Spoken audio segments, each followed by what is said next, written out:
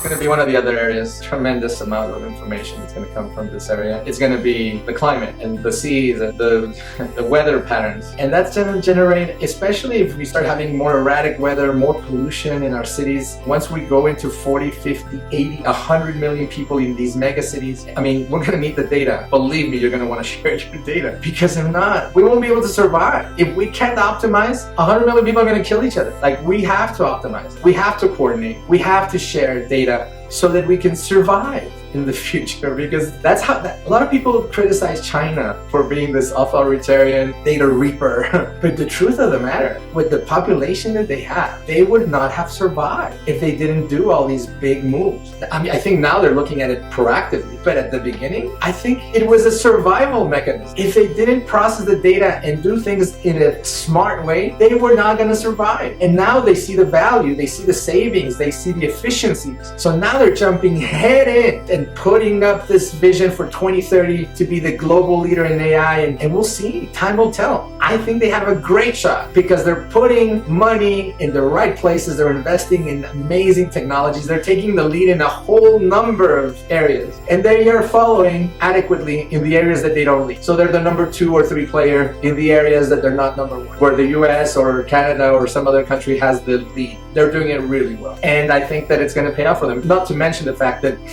over there, big data sets are really big data sets, and the algorithms get trained, and the more data you have, the better they become. So that's also very important to keep in mind. But in this climate change, I mean, it's all the business potential. If the cities become these 100 million people cities, mega cities become really polluted, maybe you do you go and find a sensor, an IoT sensor that can detect pollution and temperature and humidity, blah, blah, blah. And you negotiate the price, you get your 50,000 sensors, whatnot, 100,000, 500,000, whatever amount. And then you go, you don't even have to be the jacket maker or the clothing maker. And you go and you do a deal with a clothing manufacturer. And it doesn't even have to be a smart clothing manufacturer. They could be like just jackets, popular, cheap jackets. No, you give them a small amount of money so they could put the sensor in the lining of each of the jackets and shirts and everything that they're going to sell. And now you just have a data business. Now you can talk about pollution at the individual level. You can create a sphere of pollution detection. And if you're wearing the AP brand or the anti-pollution brand, the PD brand, the pollution detection brand, then just pull out your smartwatch, your smartphone, or just click